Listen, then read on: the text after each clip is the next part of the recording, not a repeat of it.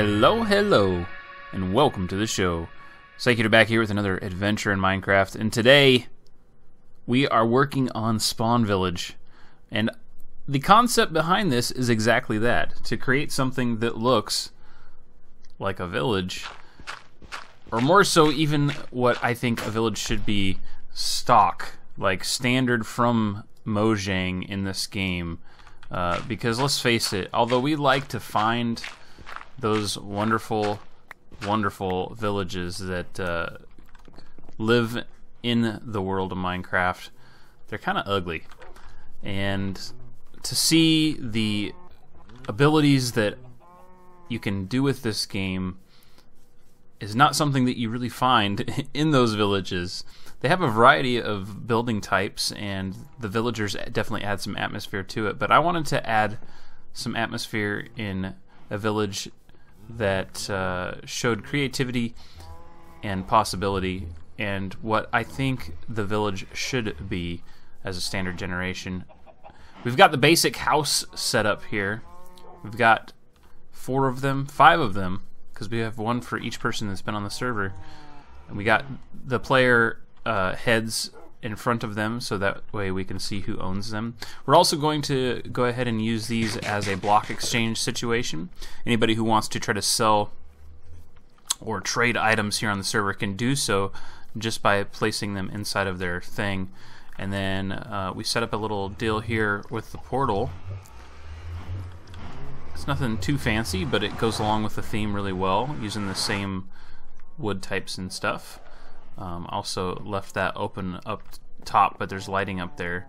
But you can read here, community sign board inside, and that's what this is all about. Essentially, we can just put messages in here, and everybody can go in and go, okay. So you could say, oh, new items available at Syko's house, and boom, there you have it. We also did lots of terraforming, as you saw in the beginning, lots of tree cutting. Had a lot of time spent in getting trees ready for creating these projects, and I'm going to go through one of these with you guys so you can get a basic understanding of how they're built. They're not too terribly difficult, but styling wise there's a couple of things that you should be aware of going through. This is my dwelling here. I already have it set up with chests ready to be put stuff in. They are currently empty. But that's where I will put items for sale, and then I can just label as such, you know, put signs here saying 1 stack per 1 stack, or whatever I decide I want to do with that.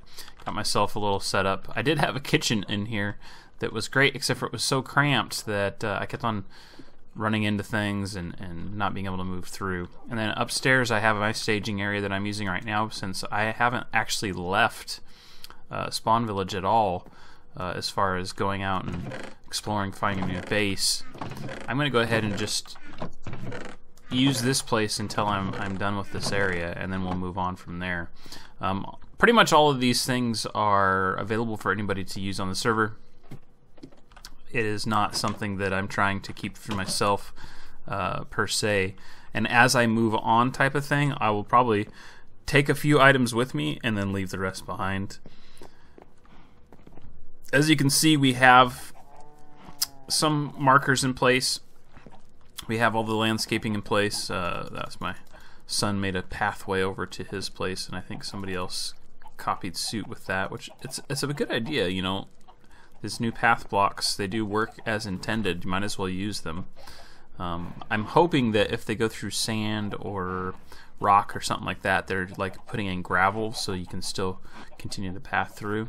I do know that there's been a couple of biomes and whatnot that has been found that would be noteworthy, one of which, and most importantly, is the spiked ice biome. Apparently it's very, very large, which is a good thing, because that was something that plagued us on the other server.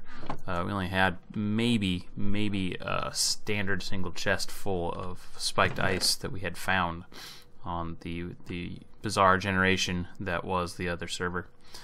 I'm gonna go ahead and grab some supplies here real quick, and then we're gonna head to a another location to make another one of these houses, and I'll show you how that works. And then we're gonna brainstorm together on figuring out what to do with a couple of these other buildings in the area. Try to complete that village feel. I think we'll go ahead and start with this one here. I'm gonna have to terraform some of this stuff, kind of figure out exactly how I want it, but I think I want to do this on this level.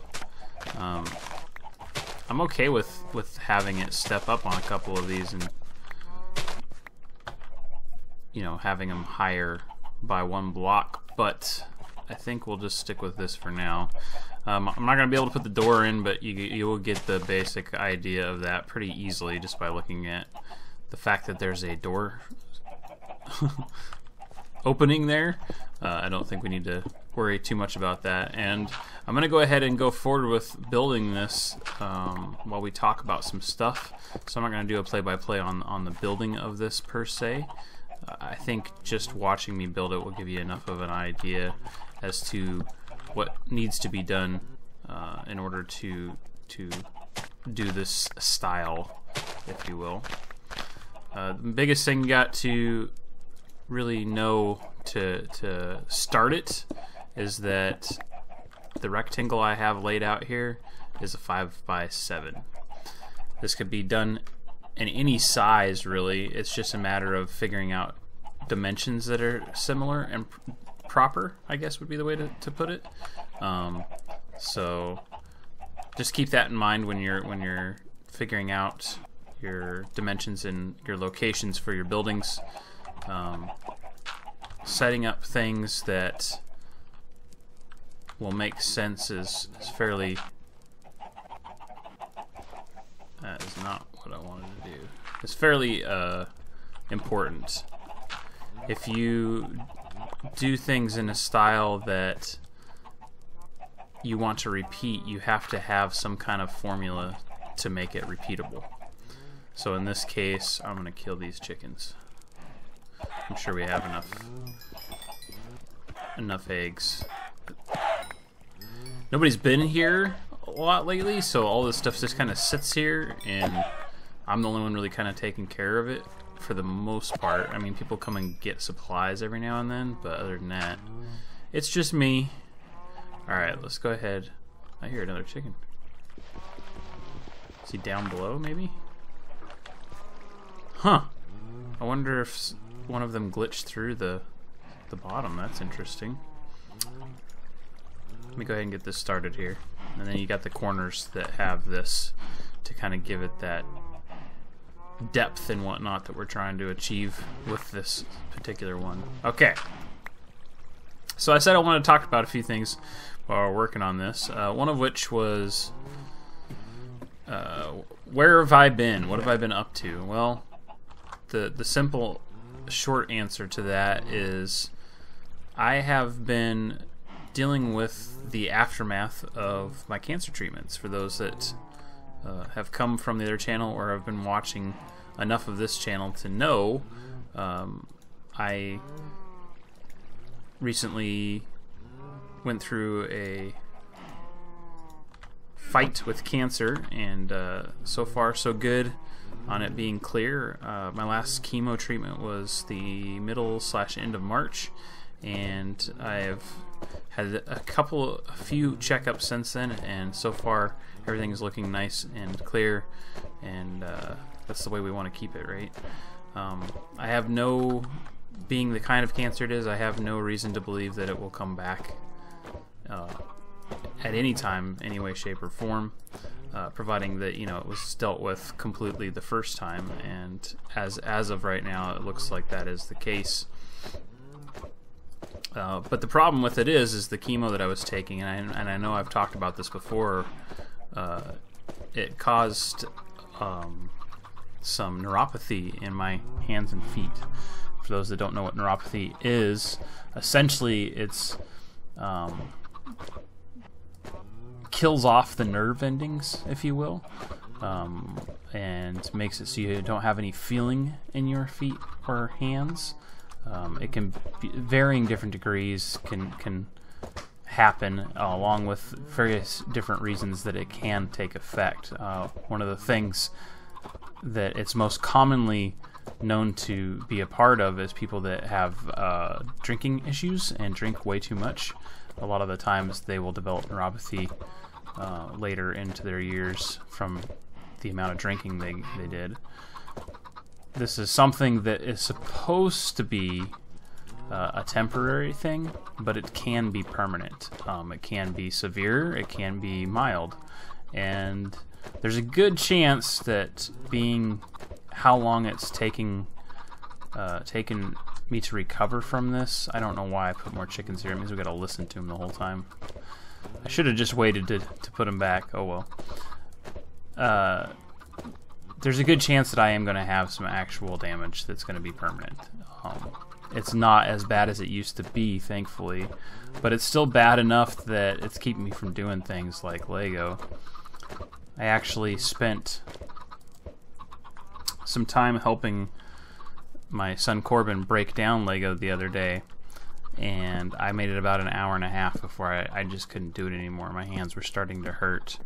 And that's, you know, that affects me in quite a few things, some of which is really, really sucky, like video games. Some things, it's just meh, and it's more of a chore for me to get certain things done than it used to be, but it's tolerable. But, you know, when your favorite two things to do are affected, which Lego and Minecraft, Lego and video games are my two favorite things to do. It takes a toll on you, and I've definitely had my fair share of issue getting over the fact that this is more than likely going to affect me a little bit for the rest of my life. I've had a little bit of a struggle with the idea of what to do with myself once cancer and chemo and all that stuff has been done. Like, going back to the old way of life and what you used to do, in some respects, it doesn't make any sense to just go back and do the same thing you were doing. Like, there's got to be more to it. You gotta, you know, there's got to be something else you can do with your life, etc. But then you think about it and you're like, well, this is what I did, this is what made me happy, or this is who I am, why should I change? And so some of those things that I did prior to all of this are coming back slowly but surely, and then some of those things just never will be the same. One of the things that I realized I wanted to continue was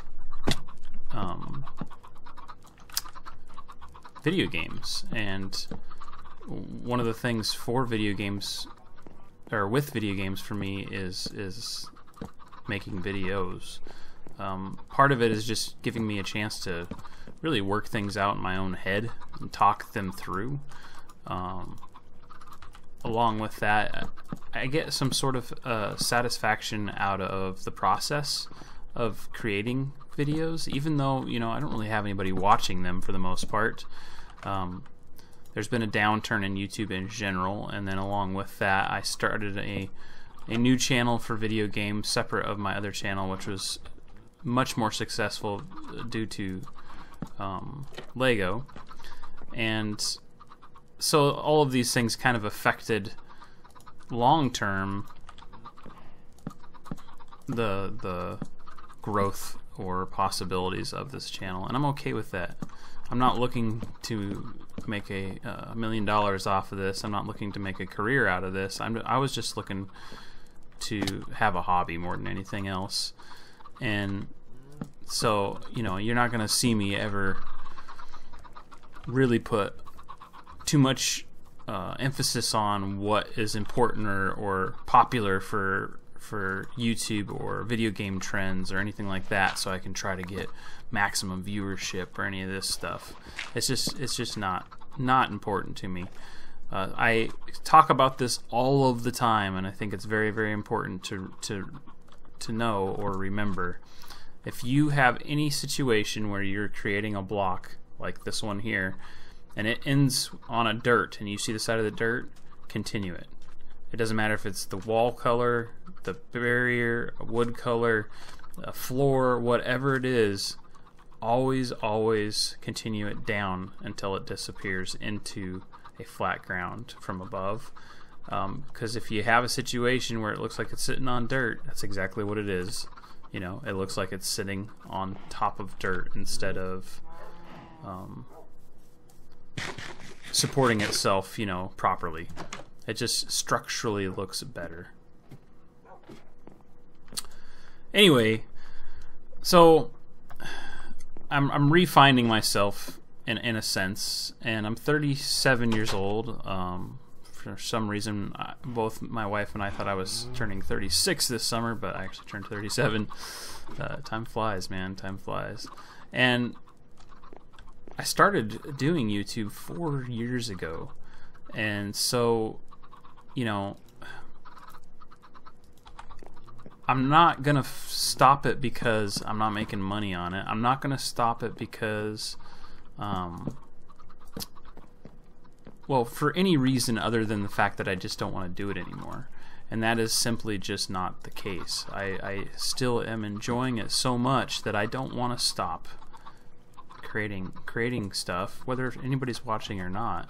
I recently started, just because I got a little bit nostalgic, I recently started watching Rain and I's Let's Play of Minecraft from the Xbox 360, and I tell you what, it's so entertaining to go back and see, well, one, how bad I was at commentary, and two, where our heads were at, you know, earlier on. That was 4 years ago. That means my son was 6 years old. You know, so much has changed now. He's 10 years old, and his personality and stuff has definitely developed more since then. And you know, he's becoming a young adult. He's more of a teenager, and he has opinions, and he has his own sense of humor that's being cultivated, and all these things that are coming out. And wife and I's day to day has changed so much since then.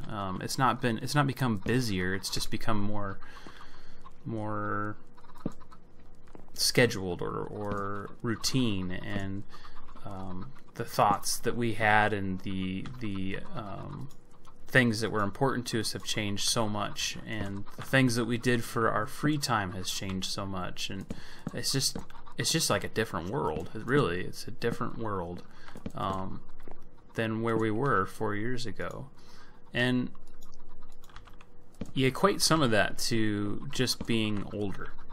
I'm not old by any means, but there is definitely something that happens right around your 30s. Some people it happens late 20s, some people it happens mid 30s, but right around that area, it seems like a lot of things that you thought you had figured out change. Variable different reasons. No real explanation to it that you can lock down, because everybody's life's going to be different, and it's not a bad thing. It's just your need for stuff kind of slows down in some respects.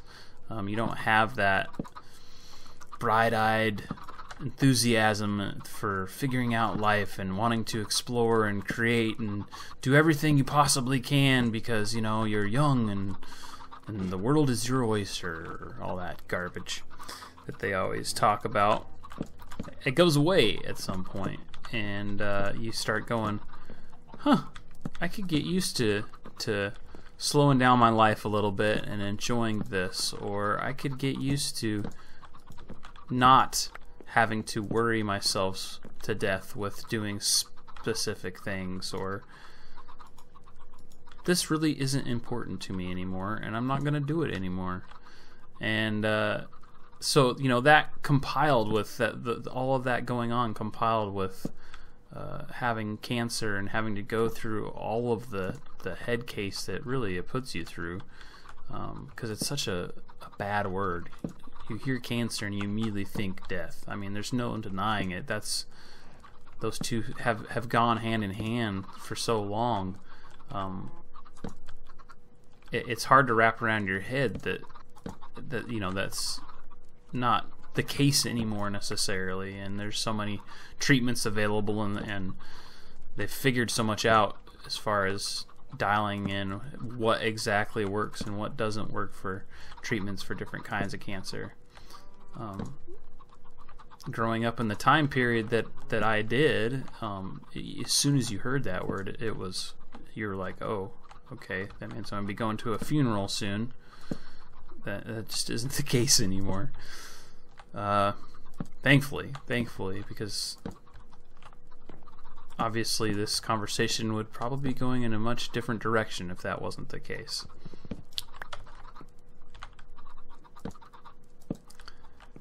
I think that,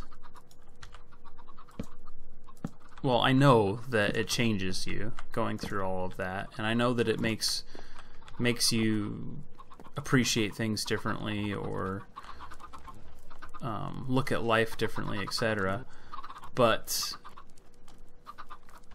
it also puts you in a position where you really have to restart your day-to-day, because I didn't have a day job, and I wasn't going to, even if I did, try to necessarily work through treatment and that, which a lot of people do, and kudos to them that do. I know that a lot of people just don't have the choice. They don't have the insurance or what have you, or the ability or money to take that time off to get themselves better. But in some respects, doing all of it that way, oh Jesus, where the hell did you come from? Oh wow. Oh man. Anyway,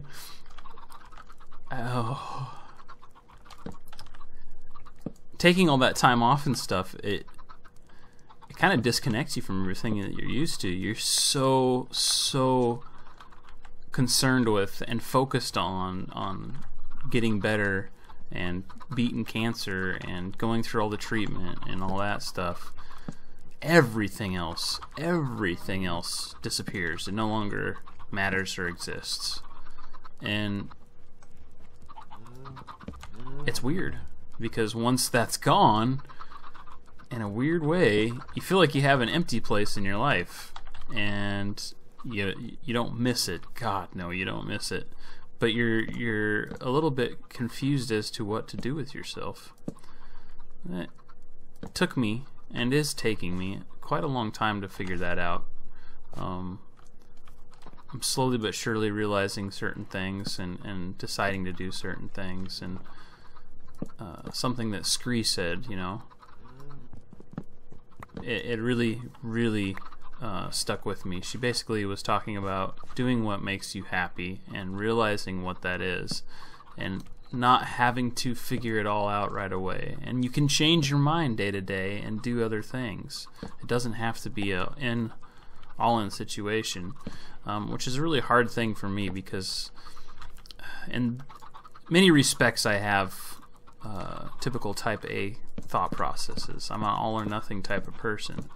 I'm not an addictive.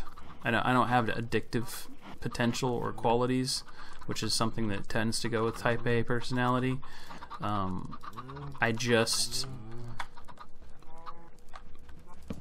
only know how to do things all in or not at all. And this is something that has caused a lot of issues for me through life. You spend a lot of time worrying about things that you really don't have any control over, because you think you need to control everything. And so, although I like to say I'm not a control freak, I know better. I mean, I really am. I like to be 100% in control of everything around me, which is part of the reason why I don't like being around crowds or people too much. But you know, going through all this, you hopefully learn how to let certain things go. You have to, because it's out of your control. A lot of what goes on through the process of cancer treatment and through the process of accepting that this has happened to you is really basically just understanding and accepting that you have no choice in the matter. You're not in control of it. Just let it go. Now, some people might say that that's not true. There's always choices, and you control your destiny, and you can control what treatments you choose to go with, and which routes you choose to take, blah, blah, blah. But, I mean, seriously, just think about that for a second.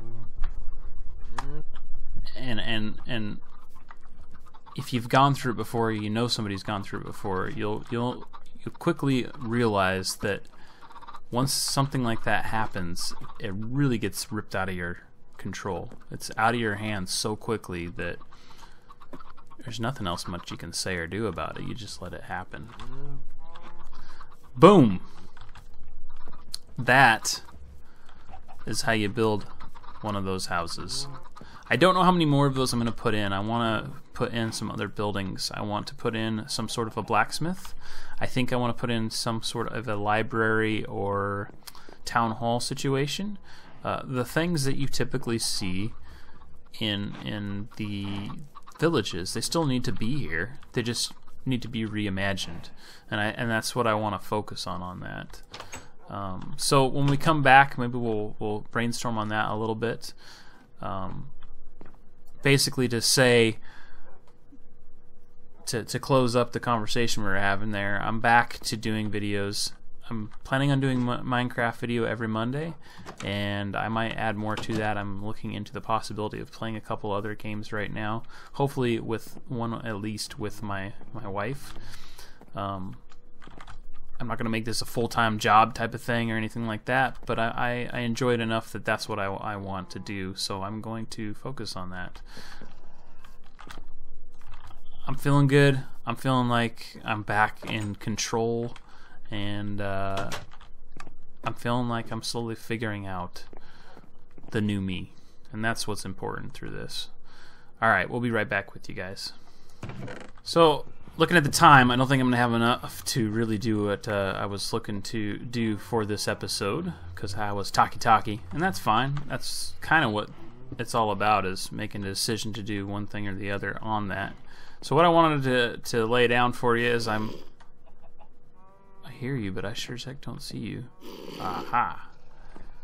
I'm planning on spending some time off camera, getting a few things kind of laid out again. I'm probably going to not build any of the bigger buildings off camera, although I can't guarantee that because I always get carried away on stuff. What I do want to figure out is some of the pathing and stuff like that, and get a better idea as to what I'm doing with this village and where it's going. Basically, this entire island is going to be very much manicured. Maybe we'll get the crops and stuff moved around a little bit, and then I got to find a permanent home for, say, the chickens and the cows if they're going to be staying in the area. So we're going to work on that off camera, but one thing I do want to do right now is take this down because it's not going to work here, and I know that really means I'm going to lose a few of my resources by doing this, but I think it's essential that this be moved to a different location. So we're going to do that.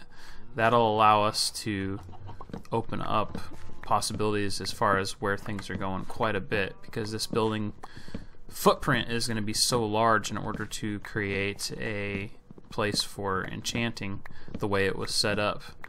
I think I can now make it smaller, you know, just by stacking the bookshelves differently and stuff like that.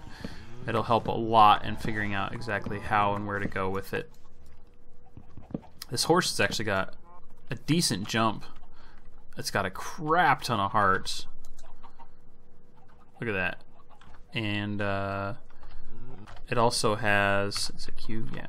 It also has a fairly good running speed. It's a pretty good skeleton horse. Now that they've turned down the frequency at which those spawn, things are a little bit different. Oh, somebody dug down here again. Huh, I wonder when that happened. Anyway, I think that's gonna wrap it up for this video. I'm gonna go ahead and start laying some stuff out. I want to get some path blocks put in place, and we'll look into maybe manicuring some of this exterior as well before we finish this project. The hope is that this project won't take more than, I'd say, 3-4 episodes at most for this area, and then I want to move on. Doesn't mean I'm not going to come back here and do something again at this location. I want to try to spend less time on each thing, or give more of a variety in short order versus being stuck on one project for literal months at a time. Give you something else to look at and make it a little bit more fresh for both viewer and creator. As usual, folks, thanks for watching. Don't forget that like and subscribe if you enjoy my videos, and hope to see you in another adventure here in Minecraft as we continue to create and explore and talk about life and other things. And I will close on this: the scary, scary way over to Rain's house. Forget that. I ain't doing it. We'll see you next time.